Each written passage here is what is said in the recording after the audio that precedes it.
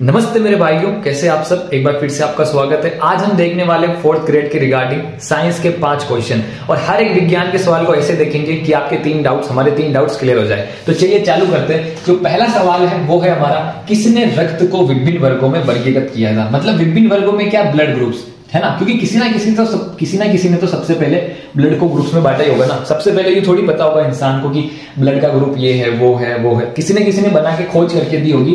तो यहाँ पे हमारे सामने 4 ऑप्शन है। तो अगर आप बी ऑप्शन को ध्यान से देखो तो यहाँ पे क्या है, लुई पास्चर। तो पास्चर नाम से आपको पता चलना चाहिए कि लुई पास्चर ने तो किसकी खोज की थी, पास्चराइजेशन की। जो पास्चराइजेशन की क्रिया होती है, क्या है, पास्चराइजेशन। जो ये पास्चराइजेशन की क्रिया है, इसको क्या कहते हैं, जो दूध होता है उसको गर्म करते हैं ना हम, तो वो क्या है, खराब नहीं होता। किसी चीज को गर्म करते हैं एक लेवल पे 60 डिग्री से लेकर 100 डिग्री के बीच में, तो वो क्या खराब नहीं होती, उसके बैक्टीरिया मर जाते हैं। इस चीज की खोज किसने की थी, लुईस पास्चर ने।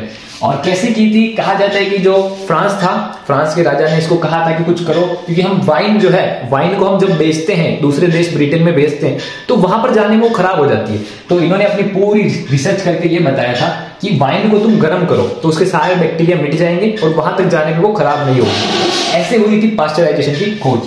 फिर नेक्स्ट है रॉबर्ट कोच।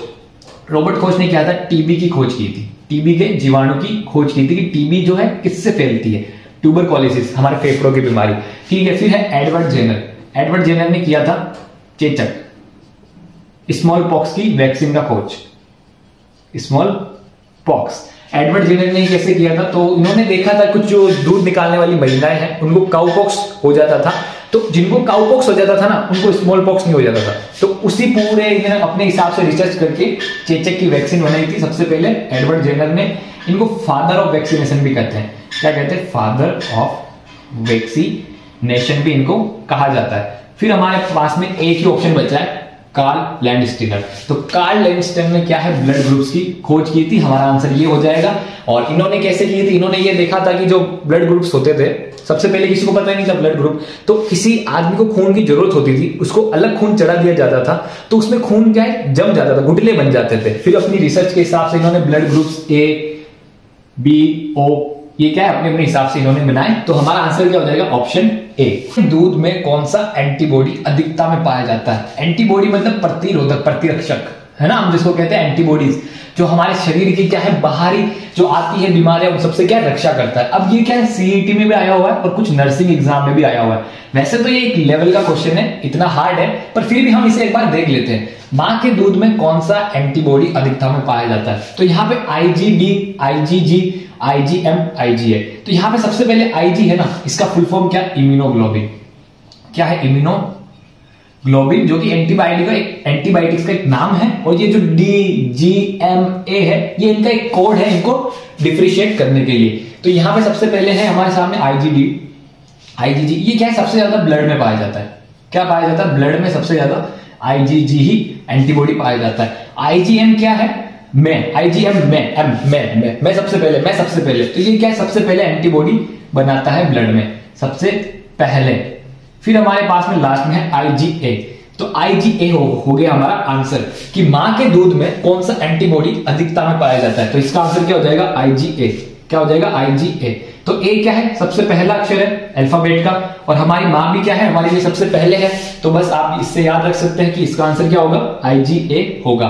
तो उम्मीद करता हूं आपको समझ में आया होगा। अभी हम चलते हैं क्वेश्चन पे। तो यहाँ पे हमारे सामने है, कौन सा अधातु विद्युत का सुचालक है। सुचालक मतलब क्या है कि अच्छा है, उसका गुड कंडक्टर है इलेक्ट्रिसिटी का। तो यहाँ पे हमारे सामने ऑप्शन है ग्रेफाइट, ब्रोमीन, सल्फर, कोयला। तो यहाँ पे हमारा आंसर हो जाएगा ग्रेफाइट। क्या हो जाएगा हमारा, ग्रेफाइट। ग्रेफाइट अगर आपने देखा हो, अगर आपने सेल देखे हो एवरीडे, किसी भी कंपनी के अगर सेल देखे हो, उनको अगर खोल के तोड़ के दिखाओ तो उनके बीच में क्या होता है, छोटी सी काली सी लंबी सी एक नली होती है। वो नली किसकी बनती है, काली सी, वो ग्रेफाइट की ही बनती है। पर यहाँ पे आपको थोड़ा सा कंफ्यूज करने के लिए क्या दे दिया, इसमें अधातु दे दिया कि आप कंफ्यूज हो जाओ कि अधातु क्या है। तो देखो सिंपल सी बात है, धातु क्या होते हैं, धातु क्या चीज होती है, जो चमकदार होती है। ठीक है, चमकदार होती है, कठोर होती है। ठीक है, और क्या होता है, वो डक्टाइल होती है, तन्य होती है। क्या कहते हैं उसको, तन्य, मतलब वो तन जाती है, वो लंबी तार में करी जा सकती है। ठीक है, तो ये धातु होती है। और इन सबके उल्टे क्या होते हैं, अधातु होते हैं। कोयला कौन सा चमकदार है, नहीं है। कोई सल्फर कौन सा कठोर आता है, ब्रोमीन कौन सा कठोर आता है, ग्रेफाइट भी अधातु ही है। तो ठीक है, आपको कंफ्यूज नहीं होना है, ये ग्रेफाइट अधातु है और विद्युत का सुचालक है, बाकी तीनों सुचालक नहीं है, तीनों कुचालक है, ठीक है। और धातु चमकदार कठोर तन्य होते हैं, अधातु उल्टे हो जाएंगे, है ना, चमकदार नहीं होंगे, और कठोर तो नरम हो जाएंगे, तरल होते हैं, गैस में होते हैं। और तन्य मतलब क्या होता है, तार में बनना, ठीक है। डक्टाइल भी कहते हैं इसको, इंग्लिश में क्या कहते हैं, डक्टाइल। तो धातु क्या होते हैं, तन्य भी होते हैं, है ना। और सबसे तन्य धातु कौन सा, ये भी क्वेश्चन आ सकता है कि सबसे तन्य, सबसे लंबा तार में कौन सा धातु बन सकता है, कितना भी लंबा आप बना सकते हो, तो वो है गोल्ड। क्या है, गोल्ड, सोना हमारा सबसे तन्य धातु है, ठीक है।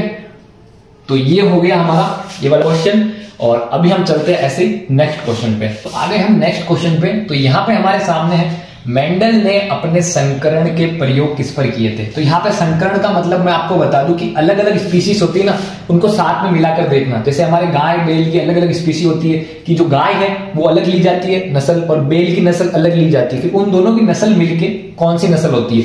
तो ये वही संकरण यहाँ पे चीज है। तो इन्होंने जो संकरण के जो प्रयोग थे वो किस पे किए थे, मटर पे किए थे, श्वेत चूहे पे किए थे, बंदर पे किए थे, या सूरजमुखी पे किए थे। कि जेनेटिक्स कैसे काम करते हैं, जीन्स कैसे काम करते हैं, है ना, कोई छोटा हो रहा है तो कैसा हो रहा है, कोई बड़ा हो रहा है तो कैसा हो रहा है, ये सब चीजें उन्होंने देखी थी। तो ये उन्होंने किसमें देखी थी, उससे बात करने से पहले मैं आपको बता दूं, मेंडल जो थे इनका पूरा नाम क्या था, ग्रेगर जोहन कहते थे मेंडल, ये इनका पूरा नाम था। और ये फादर ऑफ जेनेटिक्स है, ये बहुत इंपॉर्टेंट चीज है।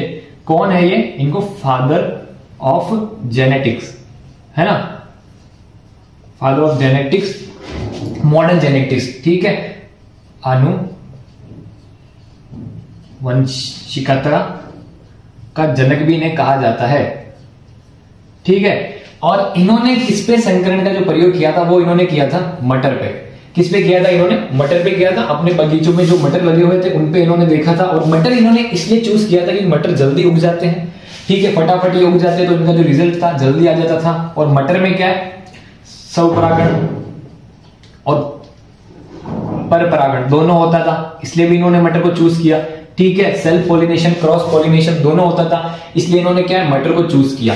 तो आपको ये चीजें थोड़ी ध्यान रखनी है, फादर ऑफ जेनेटिक्स, ये भी आपको ध्यान रखना है। और अभी हम चलते हैं नेक्स्ट क्वेश्चन पे। तो आगे हम नेक्स्ट क्वेश्चन पे, तो यहाँ पे हमारे सामने इनमें से कौन सा रासायनिक परिवर्तन का उदाहरण नहीं है, मतलब यहाँ पे इनमें से क्या है, केमिकल चेंज का कौन सा उदाहरण नहीं है, ठीक है। दो तरह के चेंजेस होते हैं, फिजिकल चेंज और केमिकल चेंज, ठीक है।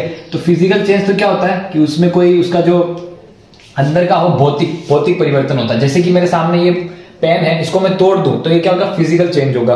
पर इसको अगर मैं किसी एसिड में डिसोल्व कर दूं, एसिड में घोल दूं, तो वो क्या होता है, केमिकल चेंज हो जाता है। तो यहाँ पे क्या है, मैग्नीशियम रिबन का जलना। तो मैग्नीशियम रिबन जब जलेगा तो वो ऑक्सीजन के साथ मिल जाएगा, ठीक है। तो क्या बन जाएगा, मैग्नीशियम ऑक्साइड बन जाता है। तो इसलिए ये क्या है, केमिकल चेंज है। लोहे में जंग लगना, लोहे में जंग लगता है, उसको क्या कहते हैं, ऑक्सीकरण की वजह से लगता है। तो लोहे में जंग लगने से क्या हो जाता है, जो आयरन होता है वो क्या हो जाता है, आयरन ऑक्साइड बन जाता है, उसका भी क्या है, केमिकल चेंज हो जाता है ना। Fe से FeO पूरा हो जाता है। दही का जमना, दही का जमना भी एक केमिकल चेंज है। दही का जमना किसकी वजह से होता है, लैक्टिक एसिड की वजह से, है ना। तो दही का जमना भी क्या है, केमिकल चेंज है। फिर है क्रिस्टलीकरण। क्रिस्टलीकरण क्या होता है, जैसे कि अगर हम नमक को गर्म करते हैं, नमक के जो डगले आते हैं ना, बड़े बड़े नमक के वो पत्थर आते हैं, अगर हम उनको पानी में गर्म करते हैं डाल के, तो वो गर्म होने के बाद जब उन्हें ठंडा किया जाता है तो वो ऐसे ऐसे ऐसे ऐसे पानी के अंदर नीचे क्या जम जाते हैं। तो ये एक क्या है, भौतिक चेंज है। क्या है, ये भौतिक परिवर्तन है, ये एक फिजिकल चेंज है, ये एक केमिकल चेंज नहीं है।